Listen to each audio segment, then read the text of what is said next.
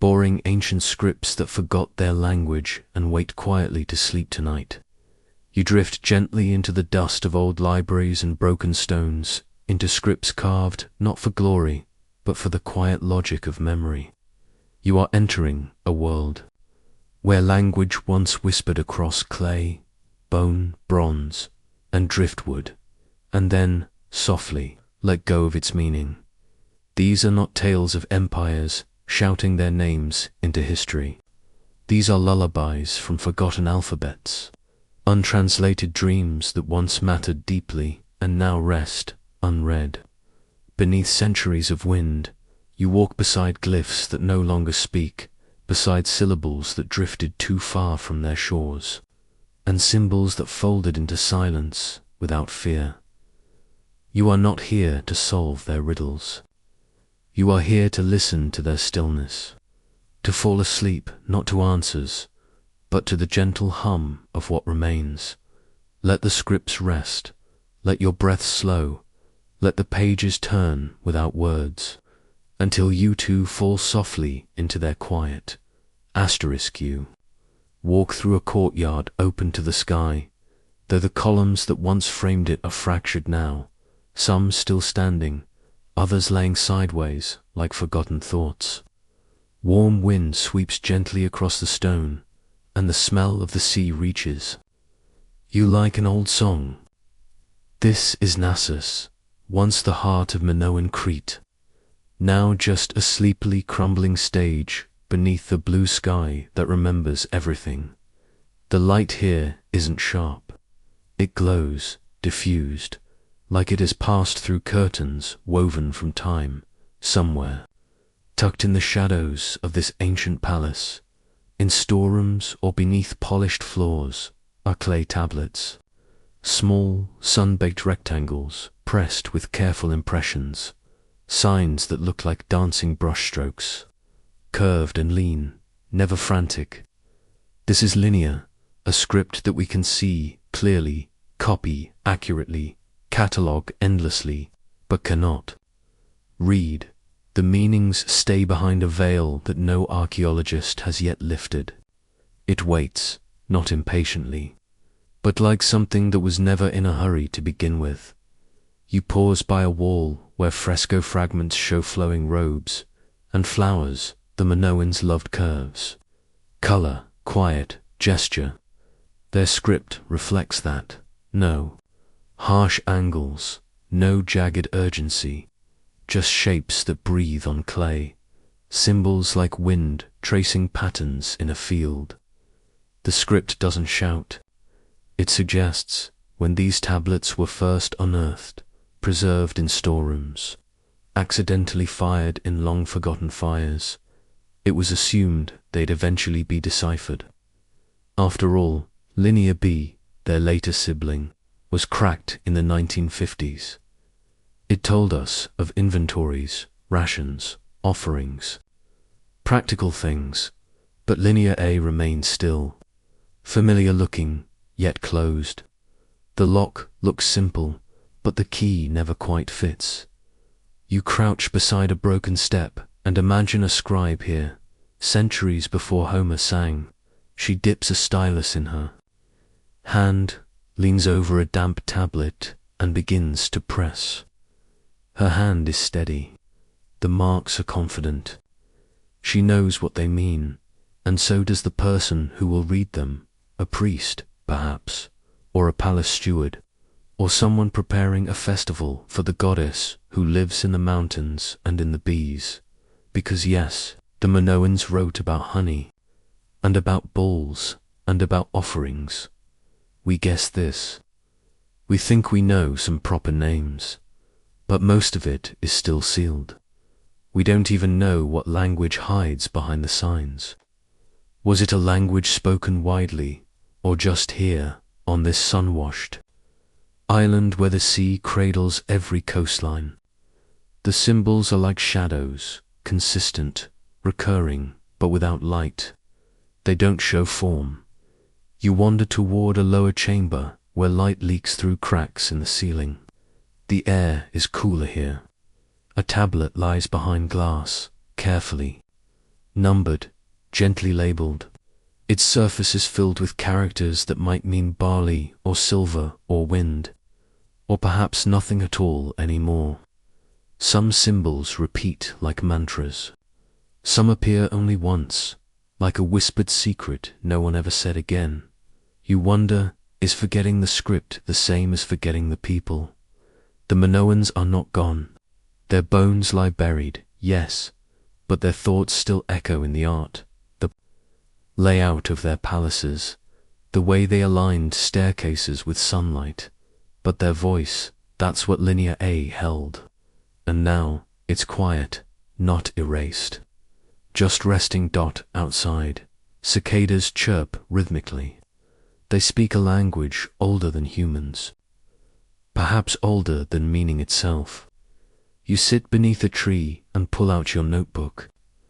You try to sketch a symbol from the tablet. A circle crossed by a line. A square nested in curves. You copy it carefully. It feels like drawing breath. At some point, you stop trying to translate. You just admire the balance of it.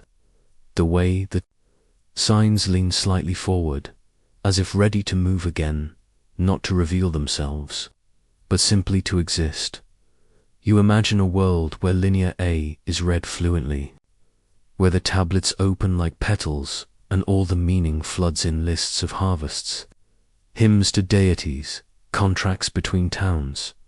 Would that make it richer, or would it take away the quiet?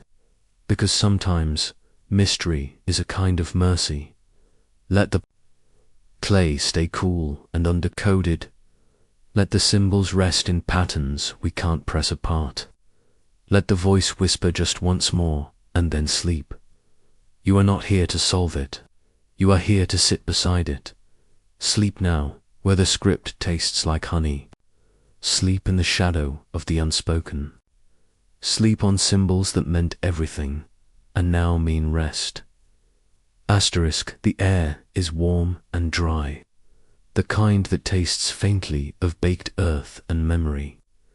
Dust rises in slow curls beneath your steps as you wander the brick-lined avenues of a city no one ever claimed with storybooks, no emperors, no named kings, no wars etched in bas-relief, just the quiet geometry of walls and wells. You're in Mohenjo-Daro, or maybe Harappa, cities of the Indus Valley civilization, where the streets were once so organized they seemed to breathe with logic. But what these people wrote, they didn't write on monuments or scrolls. They wrote on seals. Tiny, palm-sized, made of steatite, carved with animals and symbols. Each seal is a message, but not a loud one, not a history or a myth, perhaps just a name, perhaps a shipment, perhaps a prayer. No one knows. The Indus script has never been deciphered. It is not long or literary. It comes in bursts for signs, 6, maybe 10, like a thought cut short, a whisper pressed into stone. You enter a small room at the edge of the site. It's cooler here. A few replica seals are arranged behind glass. One shows a unicorn, one a bull, one a man sitting cross-legged beneath an arch of leaves. The symbols above them are fine, neat, impossibly precise. They feel almost modern. You stare at them, trying to hear something. The people of the Indus were builders, not boasters. They made granaries, drains, reservoirs. Their homes had bathrooms. Their cities were modest but clean, structured without ostentation. And their writing, it mirrors them, compact, restrained, useful. No grand declarations, no long poems carved. In cliffside, their script lives in small spaces, and now in large silence. You walk along the edge of a brick platform, the kind that may have been used for ritual or for washing or for something no one ever named. All around, archaeologists have found thousands of seals, inscribed with a language that may not even be a language, at least not in the way we define one. Some believe the signs were mnemonic, others think they encoded entire sentences in a glance, but none of the guesses fit, because there is no Rosetta Stone here, no bilingual key, and the Indus script died without descendants. It slipped away. Sometime after 1900 BCE, like the rivers that fed these cities, not in a flood, but in a drift. You sit on a step near an old drain and imagine one of those seals pressed into clay, then fired. A merchant's mark, a declaration of purity, a myth encoded in minimalism. You imagine someone handing it to another, a quiet agreement, a shared symbol. No fanfare, just meaning passed silently from hand to hand. There's a strange comfort in that writing doesn't always want to be loud. Sometimes it just wants to help, to label, to mark, to belong. And when its job is done, it doesn't cry out for remembrance. It just rests. The Indus script never grew into alphabets. It didn't spread into foreign tongues. It didn't demand immortality. It did its work, then laid down like the cities. It lived in. You take out your notebook again. This time you sketch a seal. You remember a horned animal and 4 symbols above it. One looks like a comb, one like a fish, one like a ladder, or maybe a door. You copy them carefully, not to crack their code, just to keep them company. Let the seals stay unread. Let the signs stop asking. Let the fish swim free from meaning. You are not here to solve a mystery. You are here to listen to its silence. Sleep now where writing fit in the palm. Sleep beside the drain that still remembers use. Sleep where language once kept things simple and now keeps them still. The ocean surrounds you like a circle of thought. You are standing on Rapa Nui, a wind-shaped island in the middle of the vast Pacific, known more famously as Easter Island, though nothing about it is seasonal. The cliffs are sharp, the waves are endless, and the silence is deep, the kind that doesn't come from absence, but from waiting. All around you stand the famous moai, those long-faced stone figures that look inward, not out to sea. But this isn't a chapter about statues. It's about something even more elusive, something carved, not in volcanic stone, but in wood. Rongo, Rongo. The name itself sounds like water, rolling twice a chant, a shuffle, a rhythm. It's the name we've given to the island's mysterious script, carved into smooth tablets, staffs, and ornaments, curling symbols shaped like birds, fish, eyes, waves, men with bent knees, seeds sprouting, and moons unfolding. No one can read it. No one remembers how, but it still sits, etched into drifted wood, waiting. You're in a quiet hut now, seated near a replica of a Rongo tablet. The original lies far away in a museum, Vienna, London, Santiago. Only a couple dozen remain in the world. Most were lost in fire, rot, conquest. But what survives is a kind of patterned breathing. The glyphs arranged in a style called reverse boustrophedine. You read one line left to right, then flip the whole tablet over to read the next line from right to left, like ploughing a field, like rocking a cradle. And in that rhythm, the island may have once spoken to itself. Some say the glyphs record genealogy. Some think they're religious chants, lunar calendars, or fishing guides. Others suggest they're poetry or warnings, or nothing at all.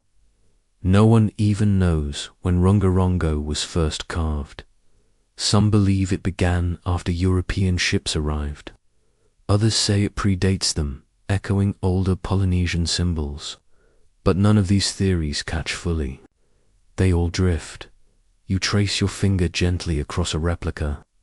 The glyphs are delicate, incised with sharp teeth or obsidian blades. You imagine the scribe sitting beside a fire, wood resting on their lap, carving not for empire or posterity, but for something quieter, continuity, perhaps, or memory, or just the need to turn voice into line. Outside, the wind picks up. It runs through the tall grasses like a whisper that's forgotten its own story. The moai do not speak, the cliffs do not explain, but you can feel that this place was not empty. The script carved here is not noise. It's absence that once had shape. What's left of Rongorongo feels strangely alive. Each glyph curves like it wants to stretch. Some stand like humans, others crouch like animals. The symbols don't line up in uniform rows. They seem to move, as if you caught them mid-ritual, mid-thought, and now they're frozen in the wood, eyes open, waiting for the next line. You sit on the floor, legs folded, and hold a small piece of driftwood. The sea hums just beyond the wall. You imagine that the original Rongorongo might have been chanted aloud, repeated over and over, until the words fell into the wood like rain into soil. Even now, the script doesn't feel silent. It feels paused. There are efforts to revive it, to teach the glyphs again, to find meaning in repetition. But perhaps meaning was never fixed. Perhaps each glyph was a seed, planted in a different mind, growing a different story. Perhaps this was not writing in the modern sense, but something slower, something meant not to record, but to hold. Let the wood keep its shapes. Let the ocean guard the silence. Let the glyphs bend without breaking. You are not here to decode a chant. You are here to sit beneath it. Sleep now, where waves once carved memory. Sleep where wood whispered to firelight. Sleep in the script the trees once sang, then forgot. Gently, asterisk. You walk through an olive grove in the hills of central Italy, where shadows stretch long between ancient trees and the scent of crushed herbs rises softly underfoot. The sun has passed its peak. Everything is golden, muted, leaning gently toward dusk. Ahead of you lies a low stone wall, half covered in ivy, and behind it, a tomb cut into the hillside. The Etruscans buried their dead in cities of silence. Whole necropolises, designed like villages, streets, homes, family chambers carved into rock. You step inside one. The air cools immediately. The walls are painted. Dancers, musicians, soft blue skies that haven't faded even after 2,000 years. You see writing, too clear. Careful letters etched above doorways and on URNS. And this time, unlike linear A or Rongo, you can read the letters aloud. You say the words under your breath. They sound like Latin, but the meanings don't follow. They taste familiar, but vanish before you swallow them. This is Etruscan, a language we can pronounce, syllable by syllable, but whose meaning remains elusive. Not fully lost, not fully known. It feels like listening through a wall made of air. You hear the rhythm, the shape, but not the substance. You sit near a sarcophagus carved with a reclining figure, a woman in stone, peaceful, half smiling. Her name is carved beneath her, but you don't know what it means. Scholars know a few hundred Etruscan words. They know the names of gods, the words for son, dedicated, gift, tomb, enough to guess at funerary inscriptions, enough to whisper around the edges. But most of the vocabulary is lost. The grammar slips like smoke, still. The writing is there on thousands of objects: mirrors, amulets, bronze tablets, votive offerings. You imagine a whole world written in a language that we've almost touched, like trying to hold your breath and speak at once. Outside the tomb, you walk along a ridge where the remnants of Etruscan walls wind through the hillside. They built roads, temples, city gates. Before Rome, there was them. The Etruscans gave Rome much of its identity. Even the word Rome may be theirs, but their own language. It dwindled even as their architecture endured. Latin rose. The old tongue fell away, like a song no longer sung, but still hummed in dreams. You pause near an old votive, steely and upright slab with a short inscription. The letters are straight, clear, carved with conviction. A gift to a god, maybe. A promise fulfilled.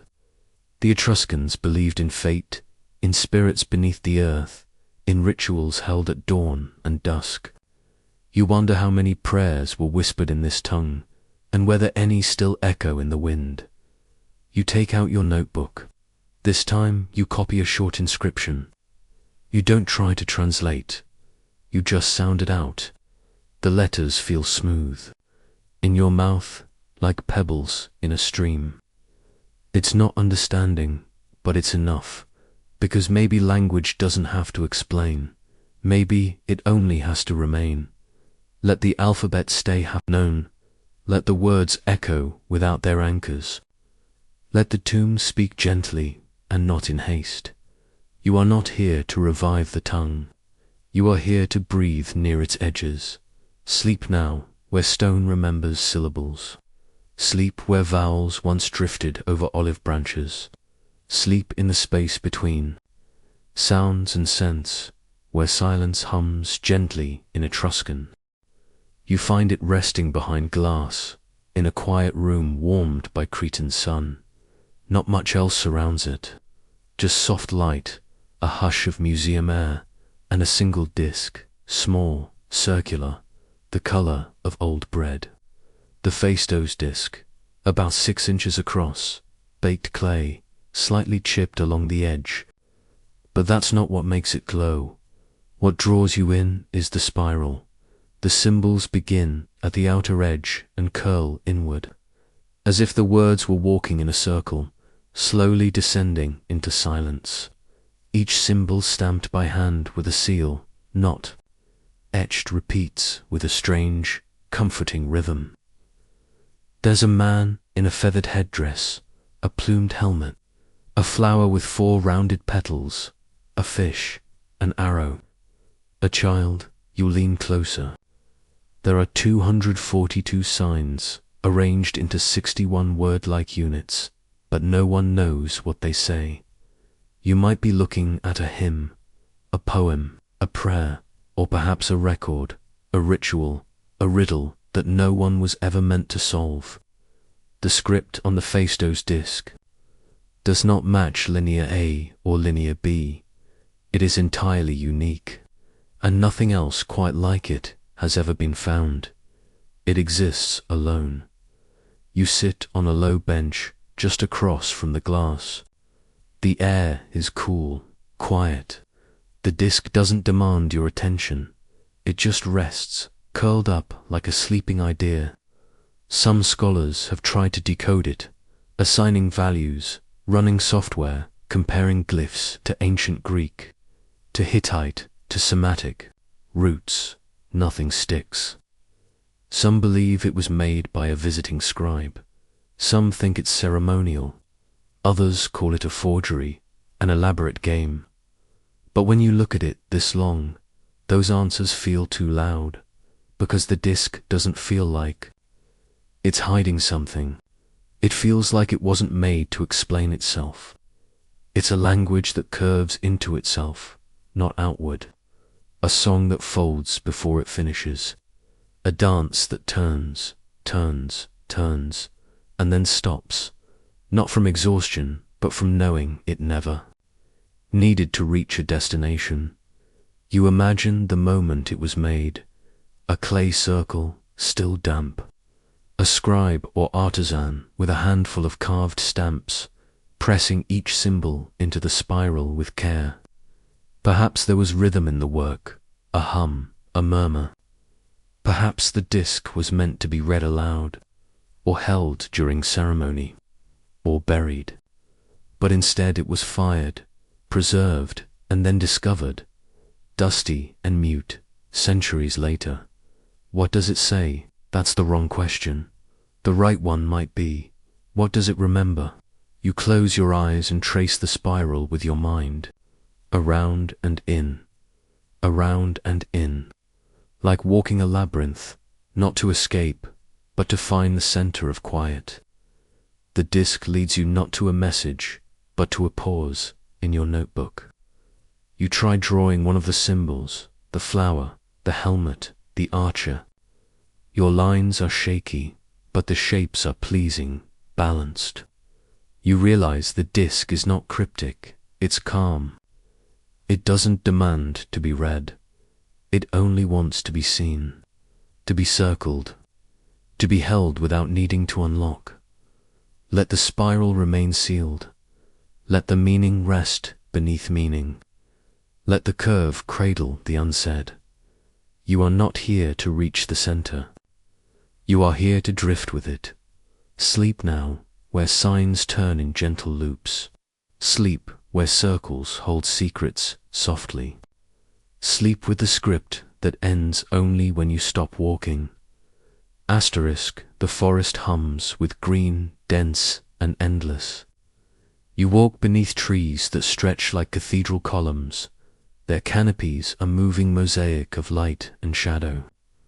Underfoot, the earth is soft with leaf and loam, but ahead, rising out of the jungle, like a memory that refused to sink, stand the stepped pyramids of the Maya, cities carved from stone, aligned with stars, wrapped in vines, and written across them, glyphs, hundreds, thousands of them, delicate, swirling, alive.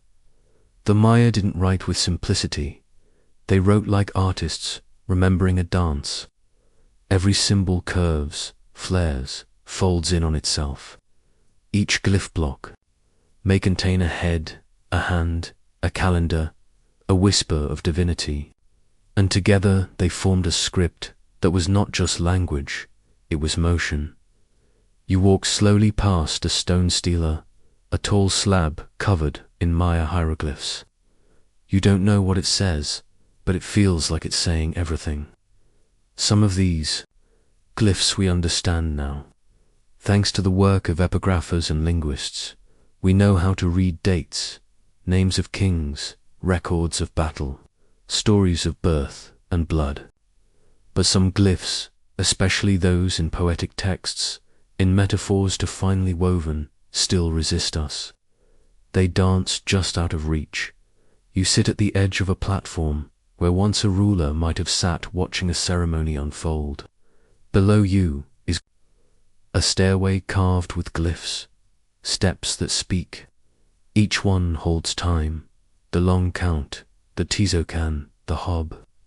Their calendar wasn't just for marking days, it was for marking cycles, sacred cycles, astronomical turns, the slow inhale, an exhale of existence. Time, to the Maya, was not a line. It was a wheel, a breath, a sacred loop. The glyphs knew this. They recorded time not in digits, but in dances.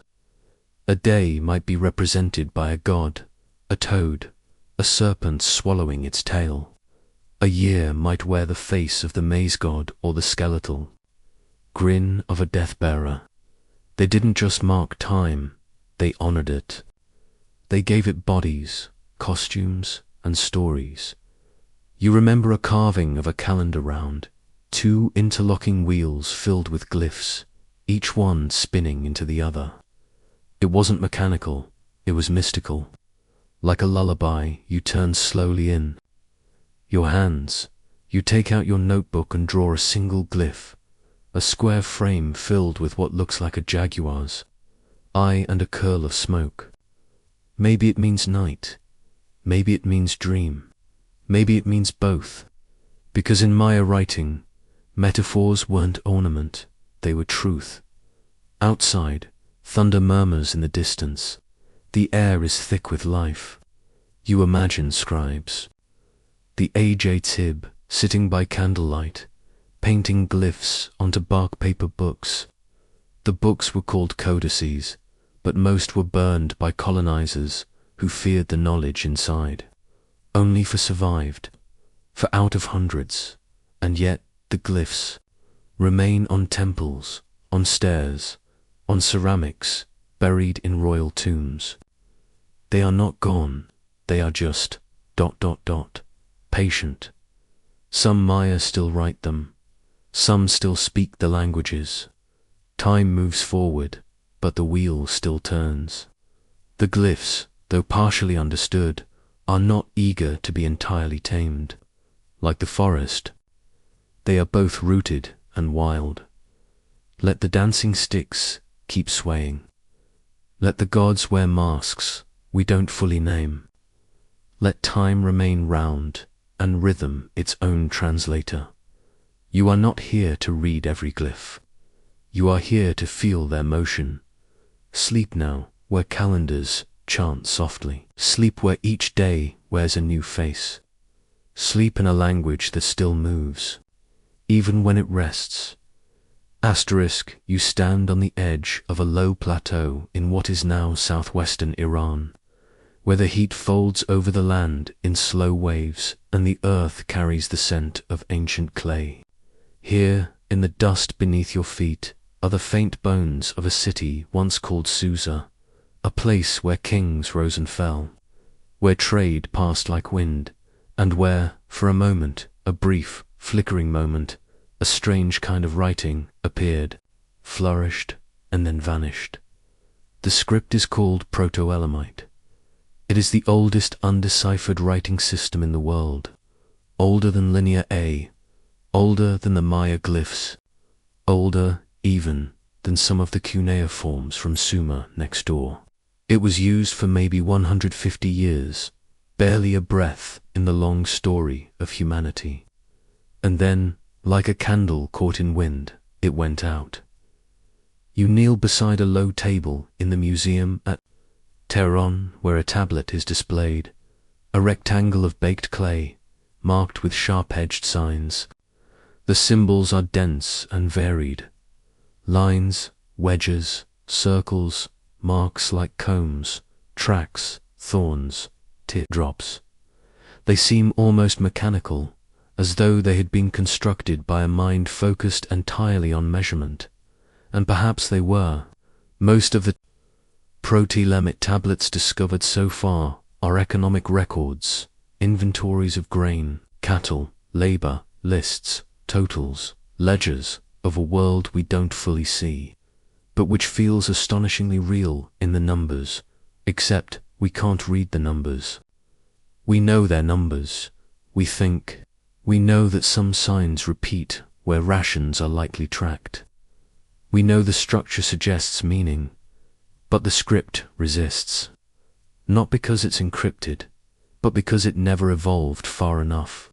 It appeared, bloomed into complexity, then collapsed before it clarified itself. Like a flower that opened only at night. You run your finger along the edge of the display glass. You try to imagine the scribe at work 5,000 years ago, a stylus held, steady in the hand, a lump of clay, warm and malleable.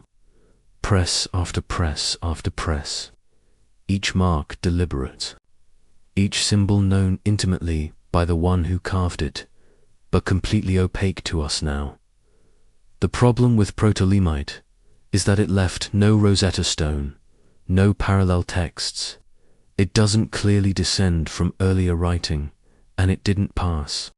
It signs forward. It ended entirely. No echoes in later languages. No confirmed words. Only the geometry of a system that once made perfect sense to someone and now sits like a locked machine. Perfect in form, useless in function. You sit back and close your eyes. The air hums with a kind of ancient static.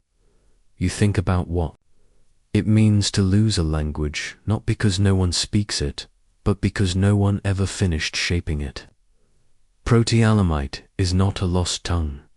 It is a half-born alphabet, a thought interrupted, a system that may have failed not because of war or erasure, but because it was never quite right for its time. The signs seem sharp, efficient, but there are too many of them. Over 1,000 unique characters, no simplification, no standardization. Perhaps the scribes who used it became overwhelmed. Perhaps they returned to older systems. Or perhaps they didn't need writing anymore. Perhaps numbers, once necessary, became intuitive again. You take out your notebook and try to copy a symbol, a 4-pronged star within a rectangle, followed by a long bar with tiny dashes. You copy them as best you can, but they do not speak.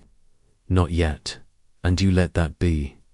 Let the unfinished alphabet remain unfinished. Let the silence be part of the script. Let the failure feel like rest. You are not here to repair the thought. You are here to hear it hesitate. Sleep now, where numbers once whispered. Sleep in the margin between attempt and meaning. Sleep in a script that blinked and vanished kindly. Asterisk, the waves lap softly at the edge of the island. Cyprus lies between histories, east of Greece, south of Turkey, west of Syria. An island of copper and ship routes, of blended gods and traded words. You walk the edge of an ancient port, where smooth stones crunch beneath your sandals and a breeze slides in from the sea like a long exhale. The sun warms your back as you move toward a crumbled palace site, where old courtyards open like tired hands. Once, this island borrowed a script, or maybe inherited one, or maybe remade it, from clay and memory. We call it Cypro-Minoan, though no one really knows what the Minoans would have called it, or if the people of Cyprus saw themselves in that label at all. The name is modern, the meaning is ancient, and still unknown.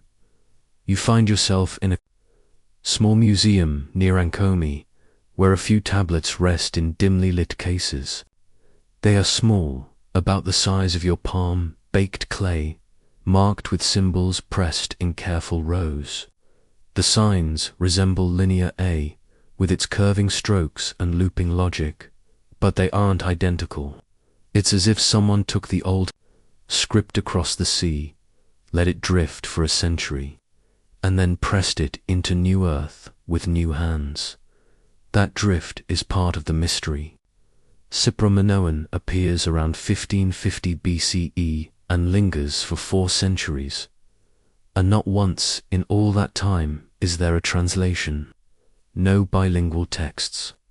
No sign of what language lies beneath the symbols. You lean closer. The symbols are clean, elegant. They repeat some often, some rarely. There's a rhythm, a kind of pulse beneath them, but it's muffled, like a song played on an instrument you've never heard before. The more you stare, the more the signs seem to float, unmoored from meaning, like ships at anchor in a fog. What were these tablets for?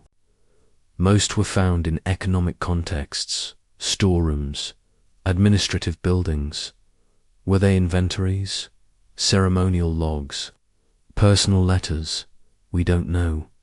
Some were found near tombs, some alongside offerings, some scattered, some buried.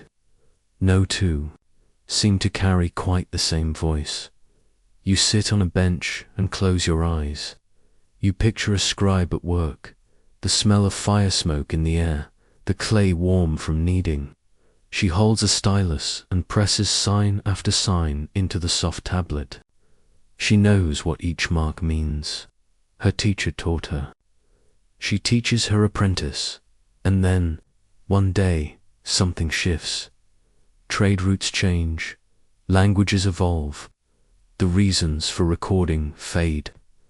And so, the script stays where it was last set down, not erased, just left behind, not lost, just no longer followed. You open your eyes and draw a few glyphs in your notebook. One looks like a comb, another like a bird, a third like a ladder. They don't speak, but they sit well together, balanced. You don't try to interpret, you just let them settle on the page. That's what Sipramanoan is now, a script at rest. Not tragic, not broken, just done. Some scripts traveled by conquest, others by religion. This one seems to have drifted by trade, gently. It didn't shout its way into history. It flowed, and when it stopped, it didn't crash. It simply floated out of view. Let the borrowed signs remain unclaimed. Let the meanings soften with the salt. Let the quiet of translation undone become a kind of music. You are not here to chase the drift. You are here to float with it. Sleep now, where symbols swayed on waves. Sleep where scripts unfastened themselves. Sleep beside a language that moved and then gently forgot to arrive. Asterisk, the air is thick with the smell of wet earth and green. You're deep in the jungles of Veracruz, in the lowlands of southern Mexico, where vines wrap around trees like ancient thoughts, and rain comes not as a storm, but as a breath. You walk a slow trail that ends at a clearing, and there, rising from the mossy floor, is a stone face wider than you are tall. A colossal head, carved by the Olmecs over 3,000 years ago. He does not speak, but he was once part of a world that wrote or tried to. The Olmecs are often called the mother culture of Mesoamerica. Before the Maya built their calendars, before the Aztecs raised Tenochtitlan, there were the Olmecs. They carved, they shaped, they traded, they dreamed, and perhaps they began to write. You walk past the massive stone head into the small open museum where a stela, a standing stone slab, is displayed. Carved into its surface is the Cascale block, a strange, flat slab of serpentine bearing 62 carved symbols. These aren't numbers or familiar glyphs. They're rounded, abstract shapes. Some look like insects, others like plants, tools, eyes, curves that might have been words. It is the earliest known writing in the Americas, or it might not be writing at all. No one knows for sure. You lean closer. The block seems to hum with potential. Some researchers believe the symbols are part of a full writing system, not just pictures, that they were carved to convey language, that this was not art, but syntax. Others are less certain. There is no agreed direction to read the symbols, no repetitions that hint at grammar, and only one block has ever been found. It's like hearing a voice shout across a canyon, just once, and then never again. Still, the symbols feel purposeful. Someone carved them in order. The block may have been a list, a dedication, a law, a myth, or simply an experiment. But behind every curve, every line, is a mind, someone reaching for the shape of meaning. You sit on a stone bench beside the stela. The jungle hums around you, and you imagine the world the Olmecs once walked. Rivers thick with trade, cities shaded by temples, ball courts where the sacred and the playful blended, and scribes hunched over smooth stones with tools in hand, carving not to shout, but to preserve. Their symbols never evolved into a widespread script. They left no full inscriptions, no long texts. Later cultures would create rich writing systems, but the Olmecs they whispered, and then they faded. Not all at once, not with fire or war, just slowly, as if their language, their writing, their very shape of thought had finished what it needed to say. You open your notebook and draw a few symbols from the cascabel block. One resembles a leaf, another a crochetted net, a third might be a foot or a flame. You draw them gently, not as clues, but as companions. You let them keep their secrets, because some languages don't vanish from neglect, they vanish like dew. Because morning has passed, let the voices carved in stone remain soft. Let the meanings rest in their own time. Let the first alphabet drift, unhurried, back into fog. You are not here to capture what was said. You are here to listen for what still echoes. Sleep now, where stone once murmured. Sleep where the jungle wrote only once. Sleep with the symbols that showed up, spoke once, and never needed to again. The sea air drifts lightly through a shaded corridor. You're walking through the palace of Nasus on the island of Crete, where light scatters across cracked mosaics and faded frescoes. The scent of dust, salt, and time rides the wind, mingling with the quiet breath of history. High red columns rise like tree trunks in a forgotten forest, and everywhere the stones whisper of a people who once ruled by trade. Not terror, the minoans, elegant, elusive, poised somewhere between myth and memory, and they left behind something even more elusive, a writing system known as linear A. You pause beside a stone archive room, once stacked with clay tablets. Some were used for inventories, jars of oil, bales of wool, offerings to gods, and on those tablets, neat lines of symbols stretch like combed furrows in a garden, sharp angles, curves, dots, and slashes. Linear A script we can see, but not understand. It looks like writing, it acts like writing, and yet it doesn't let us in. We know that Linear A shares visual similarities with Linear B, the script that came after, used by the Mycenaeans. We've deciphered Linear B.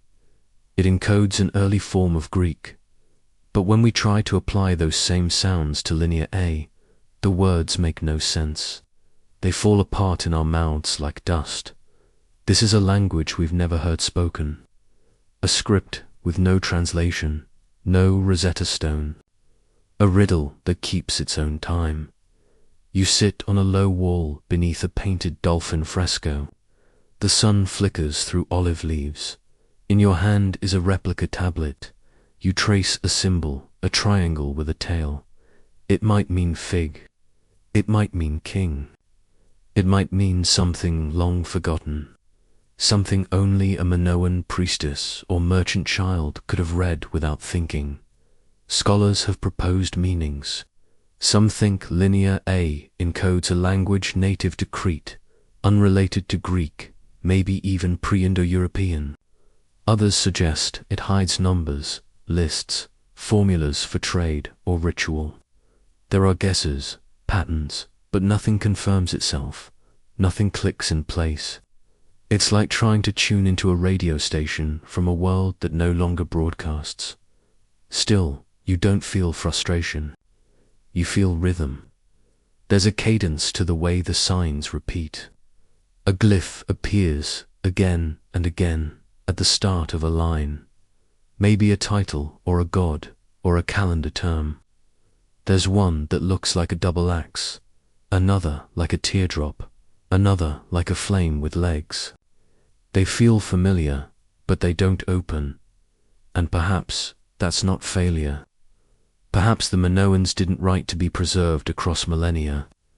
Perhaps they wrote as part of a living ritual, a system of memory, offering, an identity that lived only while it was spoken. The writing was never meant to outlive the speaker. When the speakers disappeared, the script gently folded into silence. You sketch a few Linear A signs in your notebook, your own private prayer to curiosity. You don't need to know what they mean. You just need to see them, to let them exist beside you, like a companion from another time who doesn't speak your language, but sits with you anyway, quietly, through dusk. Let the riddle remain unsolved. Let the words stay rooted in their own soil. Let the lines echo not with meaning, but with presence. You are not here to translate. You are here to sit beside the silence. Sleep now, where letters dance without sound. Sleep where the tablet forgets its speaker. Sleep in the script that keeps its own time and chooses not to wake. Asterisk, you step into the golden heat of the Indus plain, where wind traces lazy spirals through fields of dry grass, and the land hums with the slow silence of something ancient lying just beneath. Ahead lies the old city of Mohenjo-daro, its baked bricks still forming streets and wells, like a ghost map of a forgotten rhythm. You walk between low walls, past rooms once filled with grain, clay pots, and voices, none of which you can hear now. And yet they left their words behind, on tiny seals, smooth and square. Made of steatite, soft stone, polished to a glow, they carved rows of mysterious symbols. Elephants, unicorns, bulls with heavy shoulders, and above the animals, lines of script no longer than a breath, etched like a secret too short to remember, too beautiful to forget. The Harappan script. You pause in front of one. The seal is small enough to sit in your palm. 4 or 5 symbols dance across its top, one like a comb, one like a fish, another like a flame or a jar. None of them are familiar. None have been definitively translated. There's no Rosetta Stone, no bilingual key, no preserved longer texts to build from, just hundreds of short inscriptions, carved again and again, across thousands of seals, and we don't know what they mean. You sit near the edge of the great bath, a wide, sunken pool once used for ritual, perhaps, or purification. The air here is calm. Nothing demands your attention. You take out your notebook and sketch a line of Harappan signs. Each one feels intentional, minimal, just enough. They're not ornamental. They're not art for art's sake.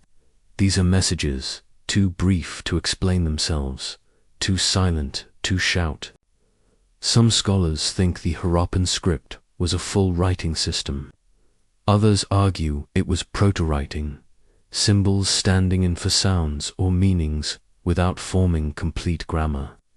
Still others suggest it might not have been language at all, but a symbolic code known only within its culture, passed down in ritual, unspoken but understood. We know the Harappans were literate in something. They lived in cities, with plumbing, storage systems, granaries, and wide avenues. They had trade with Mesopotamia, and seals were part of that, tokens of ownership, identity, perhaps prayer. The signs were not scribbled. They were carved with care, with purpose. And then, somewhere around 1900 BCE, the writing simply stopped. The civilization declined slowly, not from war, but from shifts in river patterns, drought, economic changes. As the cities emptied, the script vanished too. There was no rush to preserve it. No translation was passed down, and so the Harappan language, the tongue behind the signs, left no echo. You imagine a merchant once holding a seal like this, pressing it into soft clay, leaving an impression that would mark goods, ownership, intent. You imagine a priest using one in ceremony, a mother sealing a small box of herbs, all of it written in a language no longer carried in any mouth, and yet the signs remain. Over 4,000 of them have been found, always short, always still, always waiting. Let them keep waiting. Let the signs be what they are, whispers carved into silence. Let the script hold its breath a little longer. Let the unread remain unburdened by our need to understand. You are not here to solve the code. You are here to sit beside the stones. Sleep now, where unicorns and fish once spoke in signs. Sleep where the river changed and the words didn't follow. Sleep with the seals that press nothing now, but still press softly on time. The air smells of sea and sun-baked stone. You're standing near the ancient harbour of Byblos, a city that still lives, though its oldest bones lie deeper than time likes to tell. Long before Rome, before Greece, even before the earliest pages of the Hebrew Bible, this city spoke in letters no longer read. You walk the narrow lanes between crumbling walls, where Phoenician ships once moored and cedar logs were loaded for Egypt. The sea is calm, but the past feels full of the quiet crackle of language just before it becomes history. They found the letters on stone tablets. The script carved into them is sharp, angled, unfamiliar. We call it the Byblos syllabary, or sometimes the Byblos script, but it never got a real name. It never lived long enough. It was found in the early 20th century, about 10 inscriptions, mostly short, discovered in the ruins of this ancient port. Some are on bronze, some on stone. All are undeciphered, and they are strange. You sit in the shadow of an old temple platform, the sea hushing itself behind you.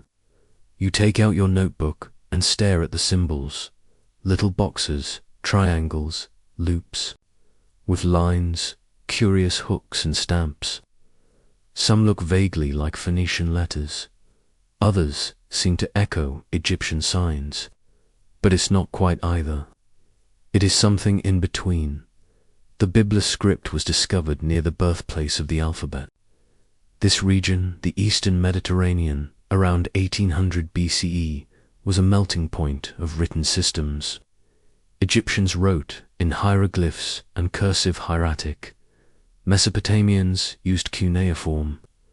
The Canaanites began experimenting with something simpler, a consonantal alphabet.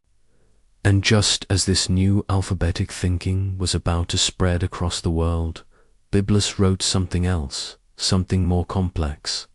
A hybrid, maybe, not quite pictographic, not quite phonetic, just ... lost. You wonder if the people of Byblos were reaching towards something. Maybe they were trying to simplify Egyptian writing. Maybe they were adapting cuneiform for local use. Maybe they were building a bridge, one that would never be crossed, because after a few inscriptions, the script disappears. It wasn't picked up by neighbors. It didn't evolve. No later language claims it. It just stops, like a thought, interrupted, or a lantern blown out mid-sentence. You lean back, the tablet replica warm in your lap. No one knows what the inscriptions say. The texts are short, formulaic.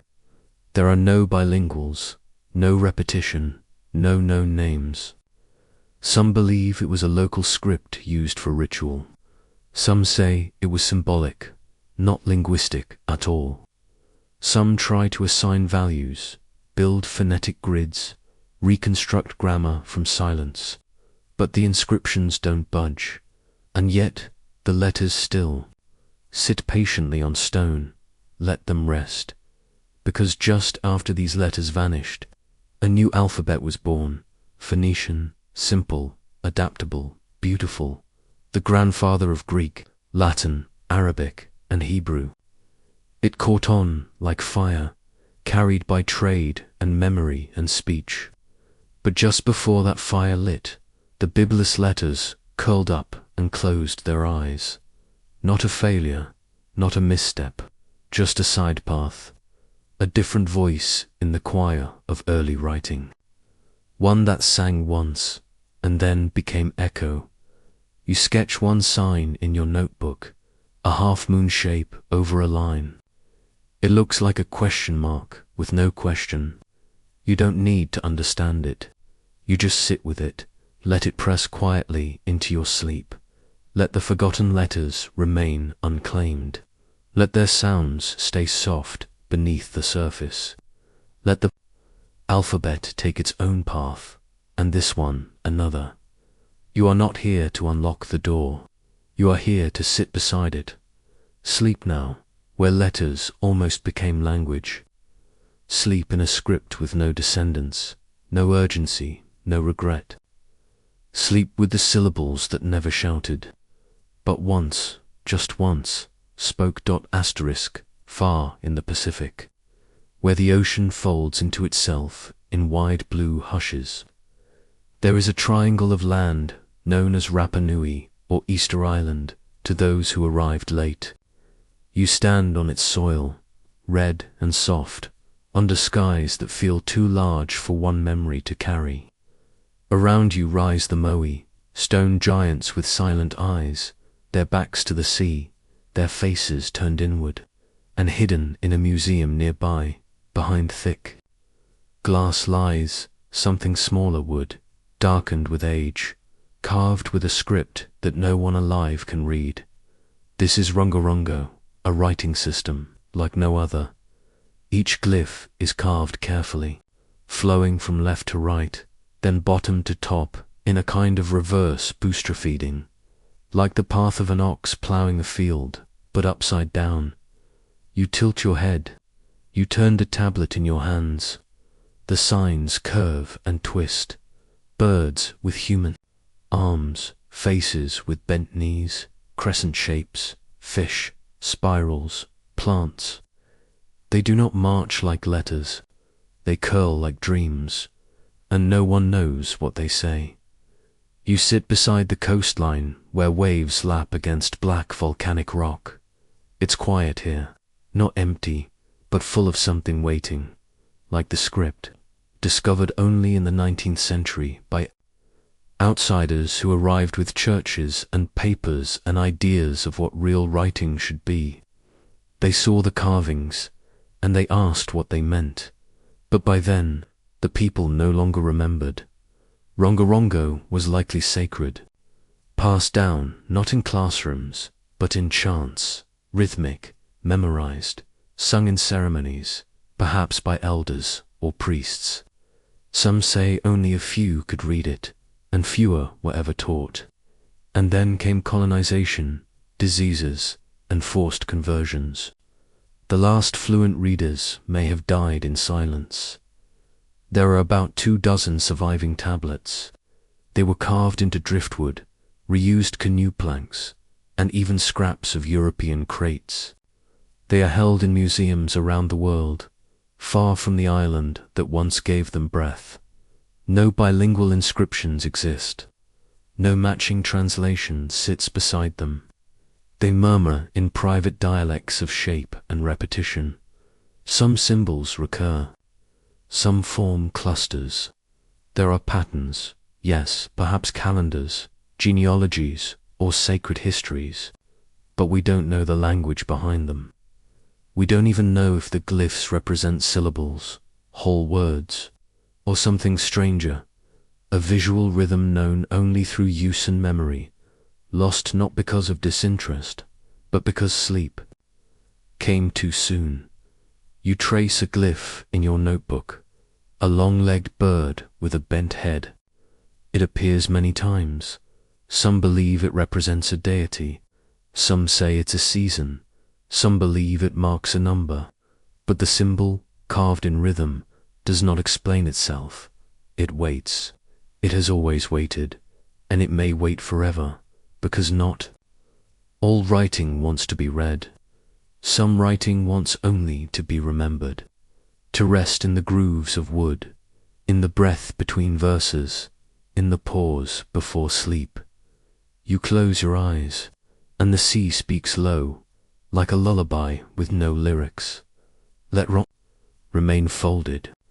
Let the carvings curl into themselves like leaves at dusk. Let the script ride the ocean again, unburdened by explanation. You are not here to reopen the chant.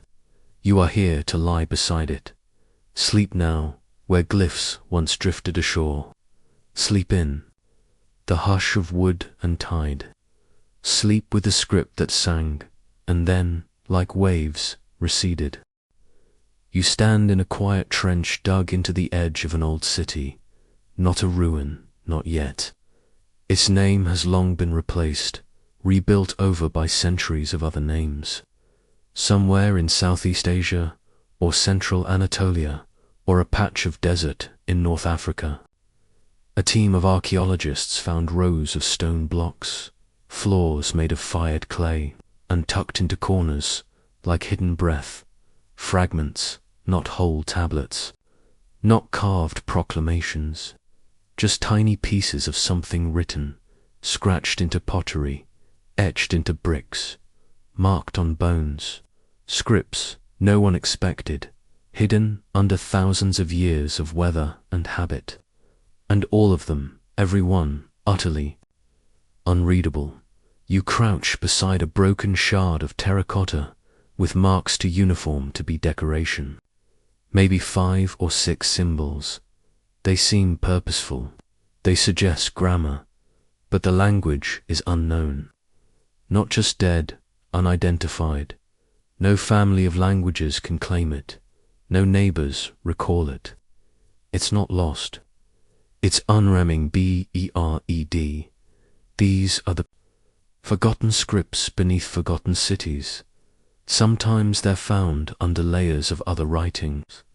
A script hidden below one we do understand. Cuneiform above, something stranger below.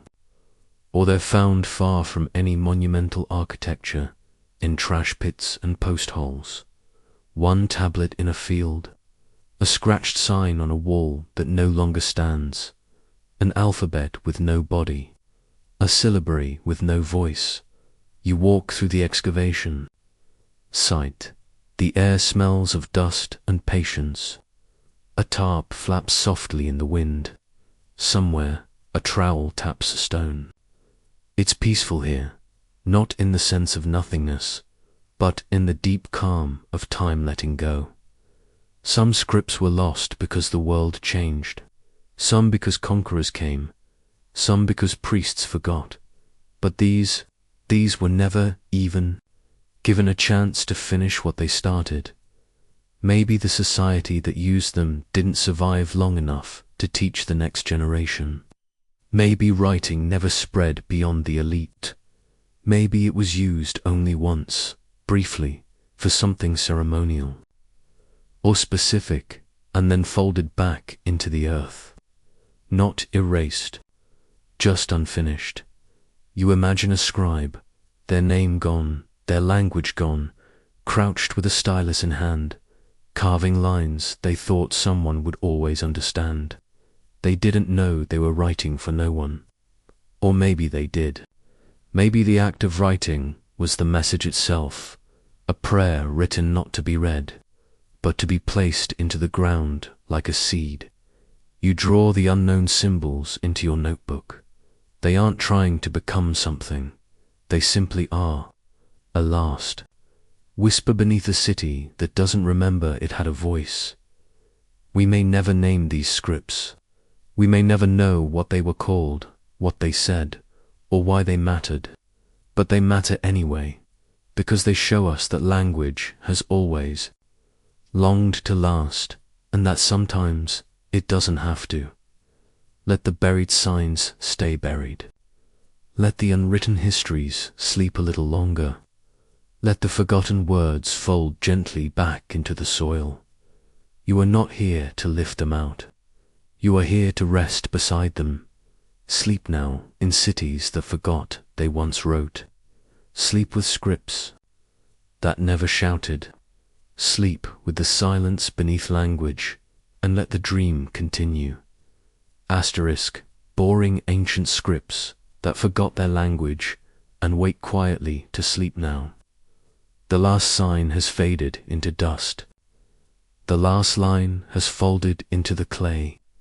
The voices that once carved, painted, and pressed meaning into the world have gone still, not lost, not broken, just quiet. like stars turning away from dawn. You have wandered through languages that forgot themselves, through syllables that never found successors, through scripts that waited patiently in the dark, not to be understood, but simply to exist. And now they lie beside you in sleep. You don't need to remember the signs. You only need to know they were once held in hands like yours, written for reasons that once mattered deeply, and now matter only in the way they soften the dark. So breathe, turn the final page, and let the alphabet of sleep carry you, soundless, into its own unwritten dream. Good night, reader of silence. Good night, keeper of forgotten words. Good night,